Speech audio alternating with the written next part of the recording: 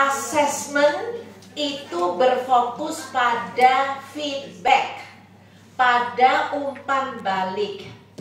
Jadi bentuknya apa? Bentuknya boleh tes, boleh aktivitas, boleh kuis.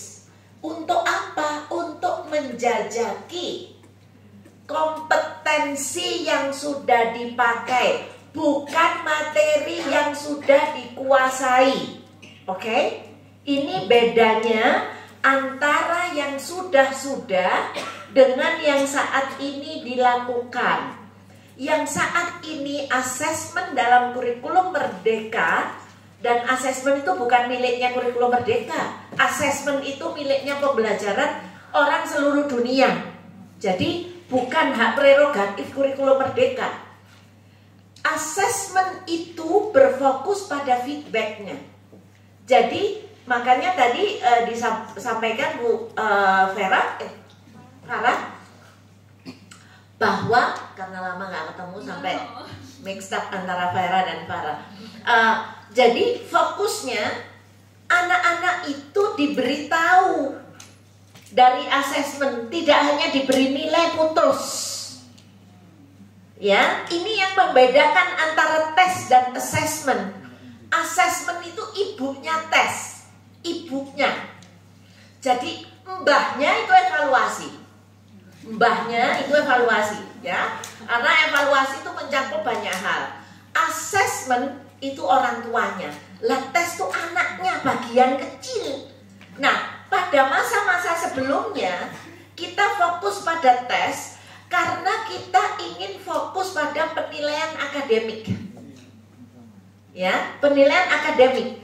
Yang kenapa penilaian akademik? Karena yang diutamakan adalah penguasaan materi, bukan pencapaian kompetensi.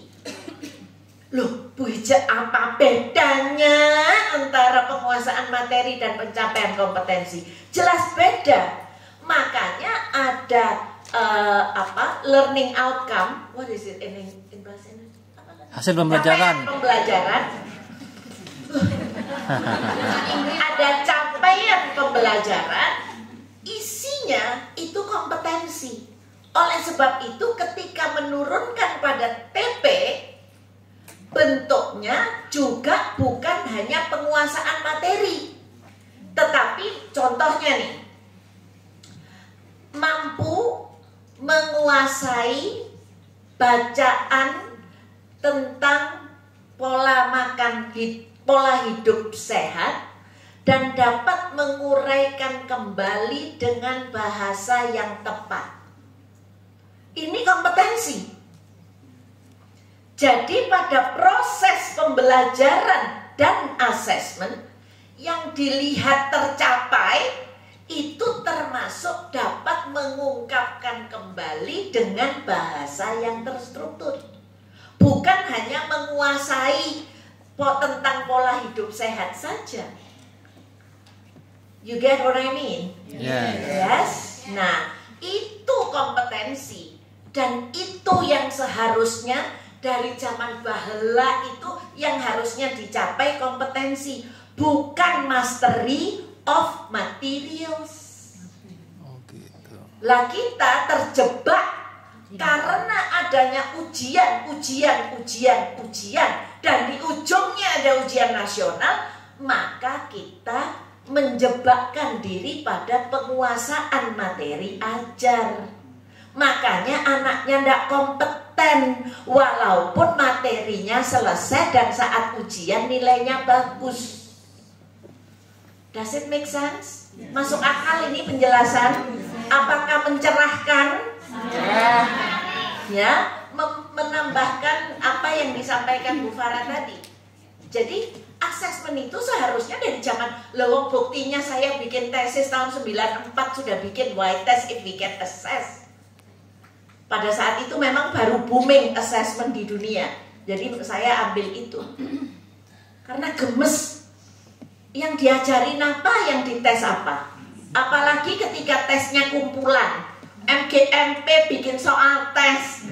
Apa toh? Ngapain MGMP bikin soal tes?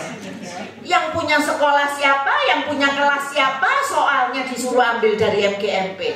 What? Kan akhirnya MGMP bukan untuk instead of pengembangan diri guru, jadi kumpulan orang-orang yang membuat bank soal. Bubarkan itu.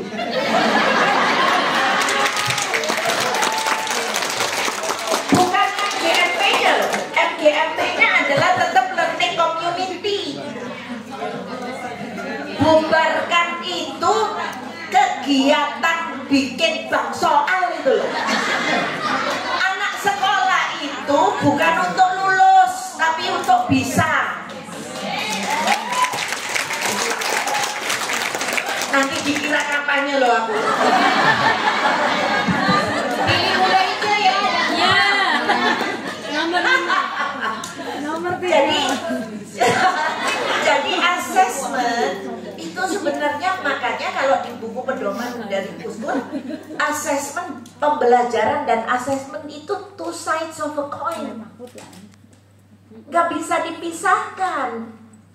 Nggak bisa dipisahkan. Jadi anak-anak misalnya gini, guru punya kompetensi dari dari ATP 1, 2, 3 misalnya, kan sudah dari TP 1 turun menjadi ATP-nya ada 3 misalnya ini ya, jangan di sini kita tulis.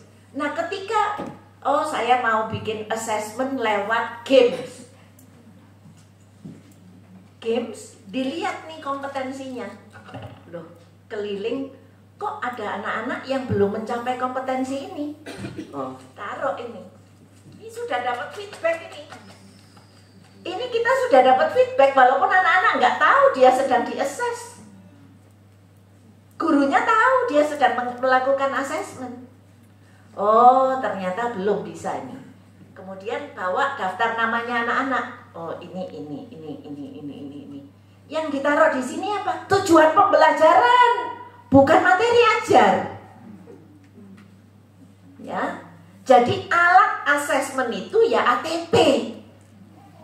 Bayangkan berapa puluh tahun kita membohongi kelas kita. Melakukan asesmen anak-anak bukan menguji atau melakukan evaluasi terhadap kompetensinya, melainkan penguasaan materinya. Emang kalau penguasaan materi itu identik dengan kompetensi? Orang menguasai materi tentang driving a car, tentang mengendarai mobil, menguasai materinya, apa sudah langsung pasti bisa nyetir mobil? Tidak. Oleh sebab itu di dalam assessment, kalau kita nggak punya tujuan pembelajaran, bohong, bukan assessment namanya. Karena rujukan assessment adalah tujuan pembelajaran, bukan materi ajar. Tagline ini, tagline. Yes. Kayaknya Bu Farah tak serbu. Ambil alih. Karena pada saat menyusun di awal saya juga menjadi pembantunya Bu Farah.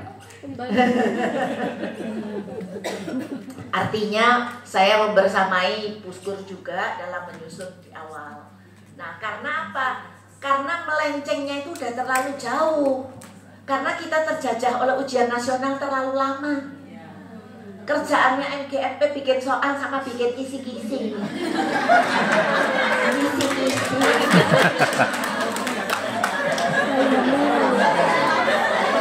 Lho lah wong Jawa Timur lah mosok gak Sri Mulatan, Rek.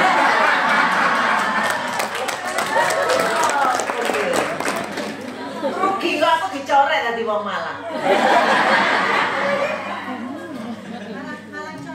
Oh, aku Malang kota. Malang coret lah sumber mancing.